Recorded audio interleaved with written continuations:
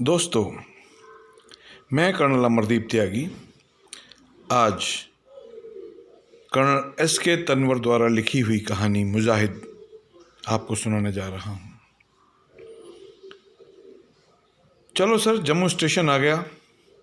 Train के coach attendant की बेरुखी सी आवाज़ अभी 2-3 बर्थ दूर थी कि समर जल्दी से उठकर अपना सामान समेटने लगा था। कैप्टन समर चौहान पुणे में 3 महीने का ट्रेनिंग कोर्स करके वापस आ रहा था अपनी कर्मभूमि में। ये वर्ष 2000 की बात है। समर 1.5 साल पहले ही यूनिट में आया था। आते ही सीओ ने उसको बुलाकर अपना फरमान जारी कर दिया था। I am sending you to Surankot, it is a very tough area. तुम्हारी पहली पोस्टिंग है, संभल कर काम करना, पहले से ज़्यादा सीखने की कोशिश करो। याद रखना कि जोश के साथ होश भी होना ज़रूरी है। I am sure you will do well, good luck. Summer जवाब में सिर्फ थैंक यू सर ही बोल पाया था। सुरनकोट पुंछ से तकरीबन 27 किलोमीटर दूर सूरन नदी के किनारे बसा हुआ एक छोटा सा शहर। अगर भारत के किसी और राज्य में स्थित होता तो उसके इर्द गिर्द के ऊंचे पहाड़ और घने जंगल सैलानियों की भीड़ का खूब नज़ारा देखते, लेकिन भारत और पाकिस्तान के बीच की लाइन ऑफ कंट्रोल से थोड़ी ही दूर बसा यह शहर उन दिनों आतंकवादियों का गढ़ बना हुआ था। पाकिस्तान से घुसपैठ करने के बाद कश्मीर घाटी में जाने वाले आतंकवादी अक्सर यहीं से गुजरते थे। रोज़ न कोई हादसा या एनकाउंटर होता था। ऐसे मुश्किल हालातों में वहाँ पहुँचा कैप्टन समर, अपने सीओ की उम्मीदों से कई गुना बेहतरीन साबित होता हुआ। बहुत सारे उत्कृष्ट एंटी मिलिटेंसी ऑपरेशन करने के बाद भी वह कुछ नया करने को हमेशा तैयार रहता था। तमाम शहर से वाकिफियत हो गई थी उसकी। अपने साथियों के समझाने के बावजूद अक्सर निकल पड़ता था लोगों से मिलने, कभी बाज़ार में, कभी दूर दराज के गांव में। He was always on the move. और आज ट्रेन से उतरकर जम्मू रेलवे स्टेशन की भीड़ में खोया समर जल्दी से जल्दी सुरनकोट पहुंचना चाहता था।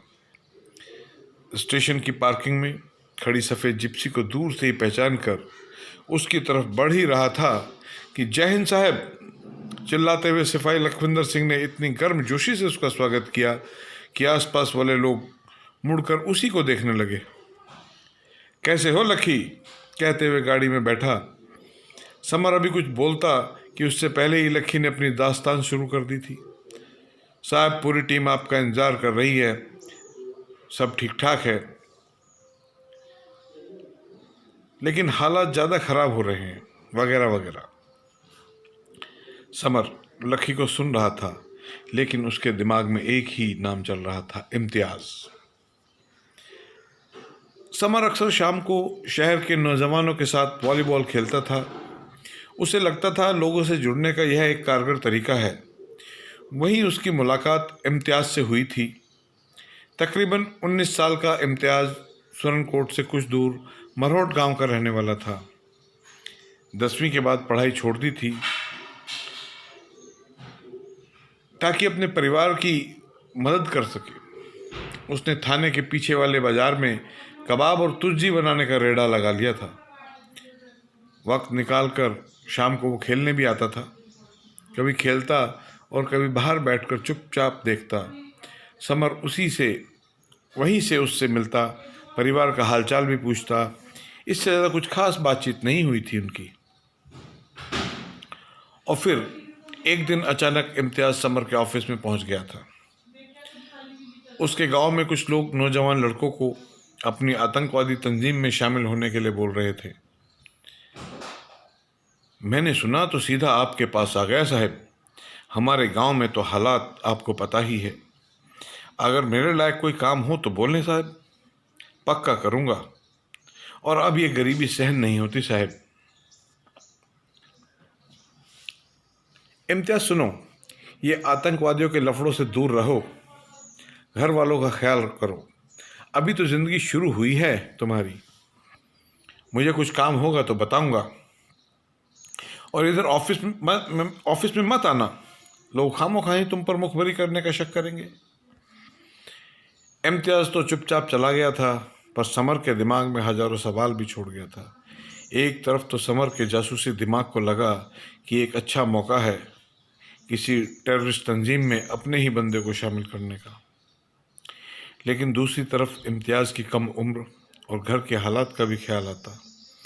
उसे ये भी लग रहा था कि इम्तियाज़ अगर तंजीम में चला भी गया तो क्या कर पाएगा हमारे लिए, और इतना मुश्किल काम कैसे करेगा। फिर क्या पता कि ये असल में ही आतंकवादी बनना चाहता हो और सिर्फ हमारा सहारा ले रहा हो। समर के अगले कुछ दिन इसी कश्मकश में बीत गए। इम्तियाज़ अक्सर वॉलीबॉल खेलने आता और समर के जवाब का इंतज़ार करता। पहले सुस्त सा दिखने वाला इम्तियाज़ उन दिनों ग्राउंड में कुछ ज़्यादा ही जोश में खेलने लगा था। शायद खुद को साबित करने की कोशिश कर रहा था, लेकिन समर को कोई जल्दी नहीं थी। वो ये यकीन करना चाहता था कि इम्तियाज़ ने आतंकवादी वाली बात किसी जज्बे या तैश में तो नहीं कही। इन इलाकों में लोग अक्सर ऐसी बात करने के बाद मुकर जाते थे। समर जल्दबाजी में कोई फैसला नहीं लेना चाहता था, क्योंकि उसके जहन में जो तरकीब पनप रही थी उससे इम्तियाज़ की जान भी जा सकती थी। और फिर एक दिन वो यूं ही पहुंच गया था इम्तियाज़ की रेहड़ी के पास। शाम के तकरीबन 4 बजे। समर को पता था कि उस वक्त बाज़ार में बहुत कम लोग होते हैं। समर ऐसी छोटी छोटी बातों का हमेशा ध्यान रखता था, और शायद ये उसकी कामयाबी का एक कारण था। शाम को घर जाते वक्त नर्सरी के बाएं वाली चक्की के पास इंतज़ार करना, कबाब लेते वक्त इम्तियाज़ को मिलने की जगह और वक्त समझा दिया था उसने। यह सब सुनते ही इम्तियाज़ के मासूम चेहरे पर एक अजीब सी मुस्कान छा गई थी, मानो कुछ करने की जल्दी थी उसको। इम्तियाज़ ने उस मुलाकात का एक एक पल आज भी समर को याद है, जैसे मानो कल ही की बात हो। इम्तियाज़, क्यों फालतू में खतरा मोल लेना चाहते हो? न यहाँ के रहोगे न वहाँ के। समर इम्तियाज़ के इरादों को अपने तरीके से टटोल रहा था। साहब, गरीबी की भी कोई ज़िंदगी होती है, और इसमें खतरा कैसा? रोज़ तो गांव में मुजाहिद घूमते हैं। सॉरी साहब, मुजाहिद नहीं, आतंकवादी। वो गांव में उनको सब मुजाहिद ही बोलते हैं ना, इसलिए मुंह से निकल गया था। हाँ हाँ ठीक है, तुम उनको मुजाहिद ही बोलो। तुम अब खुद मुजाहिद ही बनने तो जा रहे हो। वैसे जितनी आसानी से समर ने ये कह दिया, उससे कहीं ज़्यादा मुश्किल था एक मुजाहिद बनना और वैसी ज़िंदगी बसर करना। समर को यह यकीन तो हो गया था कि इम्तियाज़ अपनी गरीबी और रोज़मर्रा की मायूस ज़िंदगी से बचने के लिए ये सब करने को तैयार हुआ है। उसकी बातों में देशभक्ति, अमन, दीन वगैरह वगैरह जैसी सैद्धांतिक पहलुओं का कोई असर नहीं था। ध्यान से सुनो इम्तियाज़, इसमें खतरा तो है, लेकिन मेरे बताए तरीके से चलोगे तो सब ठीक होगा। अगली बार जब LET यानी लश्कर तैयबा वाला कोई आतंकवादी आए तो उनकी खूब खातिरदारी करना। तुम्हें लश्कर में ही शामिल होना है। उसमें ज़्यादातर पाकिस्तानी हैं, उन्हें लोकल लड़कों की ज़्यादा ज़रूरत है। लेकिन हिजबुल मुजाहिदीन वालों से रब्ता मत रखना, वो सब लोकल हैं, खासकर कश्मीरी। ज़्यादा एहतियात बरतते हैं किसी नए बंदे को लेने से पहले। और हाँ, वो नूर खान जो स्कूल में मास्टर है ना, बिल्ली आंखों वाला, अगर वो किसी तंजीम में जाने या मदद करने को बोले तो बिल्कुल चुप रहना, कुछ नहीं करना। वो दोनों तरफ खेलता है, काम भी करवाएगा और पुलिस को भी बताएगा। हमारा गेम शुरू होने से पहले ही ख़त्म हो जाएगा। हल्की सी हंसी के साथ समर ने समझाया तो इम्तियाज़ भी मुस्करा दिया। दोनों जिंदगी और मौत की बातें इस तरह कर रहे थे मानो ये सच में कोई खेल हो। अपना रूटीन मत बदलो, इंतज़ार करो उनका। वो तो वैसे ही आते रहते हैं ना गांव में। कोई काम बताए तो ज़्यादा उतावलापन भी मत दिखाना, शक हो सकता है। थोड़ा डरने की भी एक्टिंग करना, समझे? इम्तियाज़ चुपचाप समर की हिदायतें सुन रहा था। वो तुमको ट्रेनिंग के लिए पाकिस्तान पक्का ले जाएंगे, बस यही हमारा मकसद है। आमतौर पर जब 8-10 लड़के इकट्ठे कर लेते हैं तब वो पूरा ग्रुप एक साथ पार भेजते हैं। बस एक बार वहाँ पहुँच गए तो फिर हमारा असली काम शुरू होगा। वहाँ ट्रेनिंग बहुत कड़क होती है। रह लोगे ना घर से दूर, दूसरे देश में? समर के इस सवाल पर इम्तियाज़ अचानक बोल पड़ा, क्यों नहीं साहब, यहाँ के तो कई लड़के वहाँ गए हैं। कुछ ने तो जहाज़ से तंग आकर वहाँ शादी भी कर ली। परेशान हैं लेकिन वहाँ पे। मेरा एक ममेरा भाई भी है वहीं कहीं। वेरी गुड, लेकिन वहाँ जाकर तुम भी शादी वादी के चक्कर में मत पड़ जाना। तुम्हें ट्रेनिंग करनी है, कैंप में रहना है, और अगर अल्लाह ने चाहा तो वो तुम्हें अपने ऑफिस में भी काम करवाएंगे। बस ये सोचो कि तुम असली मुजाहिद हो ना, कि हमारे साथ करने वाले। 2-3 साल वहाँ रहो, कोशिश करना वहाँ इससे भी ज़्यादा टाइम निकालने का।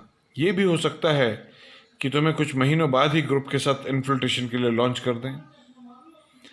कब, कहाँ और कैसे आ रहे हो मुझे ज़रूर बताना। ये कहते हुए अपना लैंडलाइन नंबर समर ने उसको दे दिया।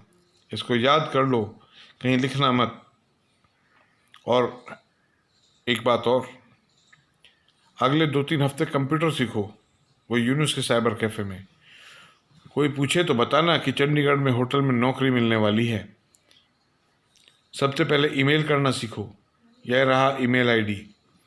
3 दिन बाद अपनी मेल से मुझे मैसेज करना, उसके बाद सिर्फ इसी का इस्तेमाल करना। पाकिस्तान से भी बस फ़ोन और ईमेल से ही राब्ता हो पाएगा। इन्हीं हिदायतों के साथ एक नोटों से भरा लिफाफा समर ने इम्तियाज़ के हवाले कर दिया। रख लो, काम आएंगे। एकदम से खर्च मत कर देना, यहाँ लोगों की नज़रें बहुत तेज़ हैं। और अब मुझसे मत मिलना। जिस दिन कोई ज़रूरी बात हो उस दिन मुझे इस नंबर पर तहसील ऑफिस के पास अपनी एसटीडी से फ़ोन करना, मैं अपने आप मिलने आ जाऊँगा। ऐसी कई बातें समझाने के बाद समर ने इम्तियाज़ को घर भेज दिया। सब कुछ प्लान के मुताबिक ही हुआ। तकरीबन 1 महीने बाद इम्तियाज़ ने समर को बताया कि उसका राब्ता लश्कर के ग्रुप के साथ हो गया है। ज़्यादा कुछ नहीं पता था उसको, लेकिन ये यकीन था कि वो उसको अपने साथ ले जाएंगे। पता नहीं साहब कब लेके जाएंगे, कुछ बताते नहीं। खाने पीने का सामान मंगाते हैं पर जल्दी से भरोसा नहीं करते साहब। अच्छा है, तुम तैयार रहो, घर की चिंता मत करना। स्टेट बैंक में एक अकाउंट खोल लो, जॉइंट अकाउंट अपनी अम्मी के साथ। बाद में ज़रूरत पड़ेगी और मुझे अकाउंट नंबर दे देना। और नशा वशा मत करना, ये साले सब चर्सी होते हैं। शायद मुजफ्फराबाद के आसपास ही होगा तुम्हारा कैंप और ऑफिस। कोशिश करना जल्दी से जल्दी राब्ता करने की वहाँ से। खुदा तुम्हारा ख्याल रखेगा। सिर्फ 28 साल की उम्र का कैप्टन समर ऐसे बात कर रहा था मानो अपनी औलाद को तालीम के लिए विदेश भेज रहा हो। कुछ दिनों बाद ये खबर आई कि पुंछ इलाके से 5-6 लड़के लश्कर तैयबा में शामिल हो गए हैं और एक्सप्लोटेशन करके पाकिस्तान ऑक्यूपाइड कश्मीर में ट्रेनिंग के लिए पहुंच गए हैं। उनमें एक नाम था इम्तियाज़ खटाना, निवासी मरोट, उम्र 19 वर्ष। साहब जी, हम अपनी लोकेशन में आ गए। लक्की की आवाज़ समर को इम्तियाज़ की यादों से निकाल कर वर्तमान में ले आई। स्वर्ण को पहुंचते ही वो अपने काम में डूब गया था। पिछले 3 महीनों का लेखा जोखा जो लेना था, कई फाइल्स और रिपोर्ट्स का अंबार लगा हुआ था उसकी टेबल पर। कुछ दिन बाद मौका मिलते ही समर वापस आ गया था वॉलीबॉल ग्राउंड में। आते ही सब लड़कों ने घेर लिया था उसे। बहुत मिस किया आपको सर, आपकी टीम तो रोज़ हारती है, हमें तो लगा आप पोस्टिंग चले गए, वगैरह वगैरह। हाँ हाँ ठीक है, अब मैं आ गया हूँ, अब तो मेरी टीम और भी बुरी तरीके से हारेगी, कहकर समर हंसने लगा।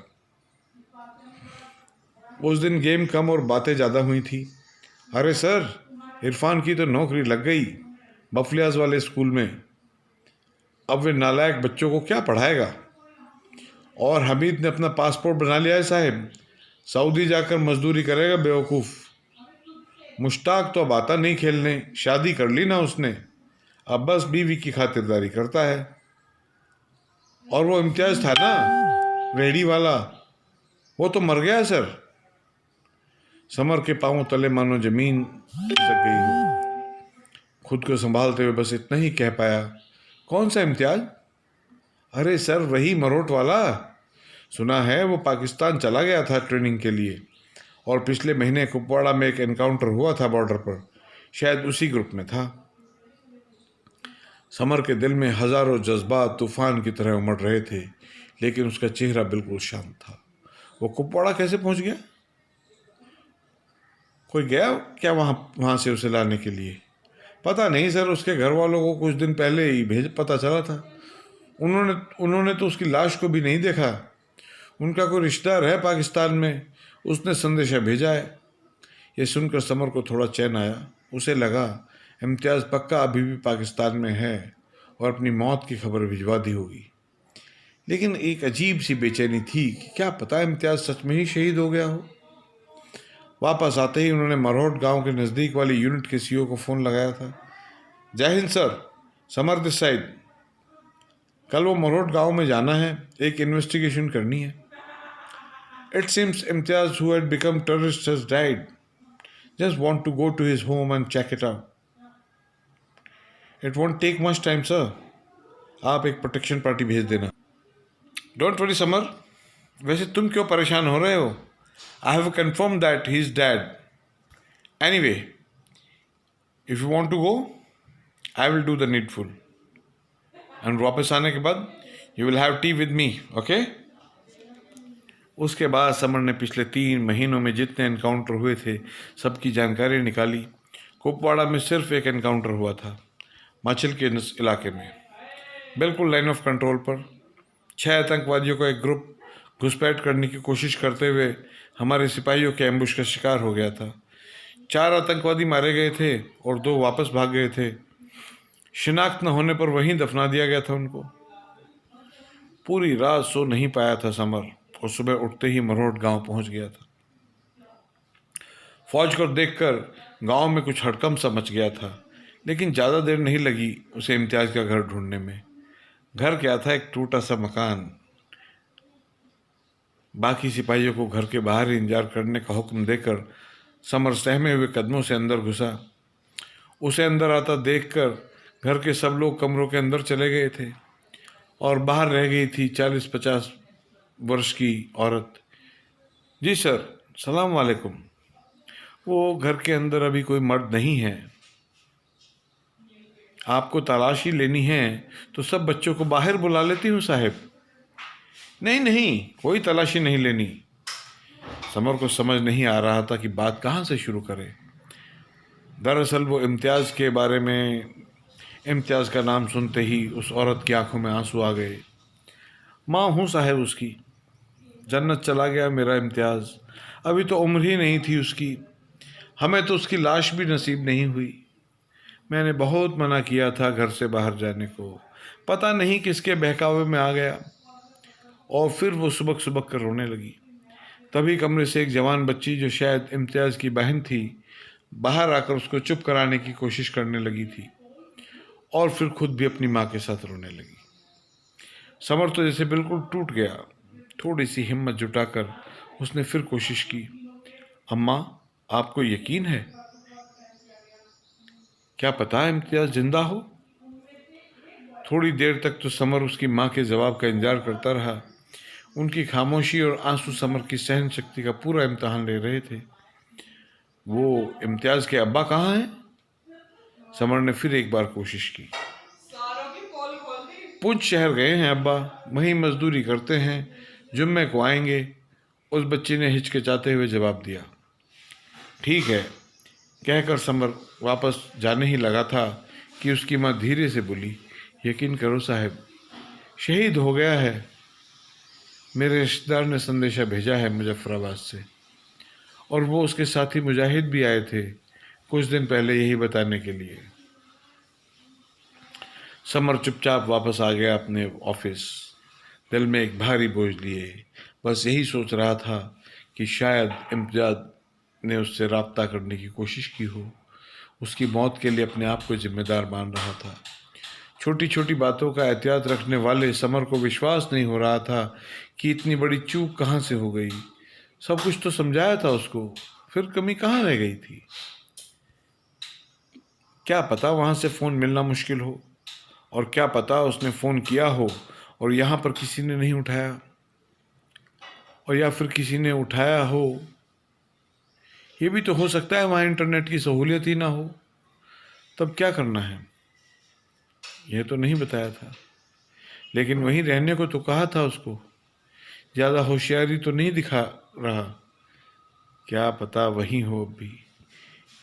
इसी तरह के ख्यालों से परेशान समर अक्सर वो ईमेल एड्रेस चेक करता, बस यही उम्मीद लगाए हुए कि शायद एक दिन इम्तियाज़ का मैसेज आएगा। उसके बैंक अकाउंट में कुछ पैसे भी अक्सर डाल देता था ताकि उसके परिवार की कुछ मदद हो जाए। समर ने कई बार सोचा था कि वो इम्तियाज़ की माँ से मिलने जाएगा, लेकिन फिर कभी वो हिम्मत जुटा नहीं पाया। इस दौरान इम्तियाज़ का ना कोई फ़ोन आया, ना ही कोई ईमेल, और करीब 1 साल बाद कैप्टन समर की पोस्टिंग हो गई सुरनकोट से बहुत दूर बेंगलुरु में। इस वाक़े को 19 साल बीत चुके हैं। कैप्टन समर अब कर्नल समर हो गया है। आज भी वो अपने फ़र्ज़ और देश की खातिर कुछ भी करने को तैयार रहता है, और वो अक्सर इम्तियाज़ को दिया हुआ ईमेल चेक करता है। वैसे उसे पता है कि इम्तियाज़ शहीद हो चुका है, पर फिर भी उसके दिल में कहीं एक छोटी सी उम्मीद है, और उस छोटी सी उम्मीद के साथ साथ एक बहुत बड़ा बोझ भी। धन्यवाद।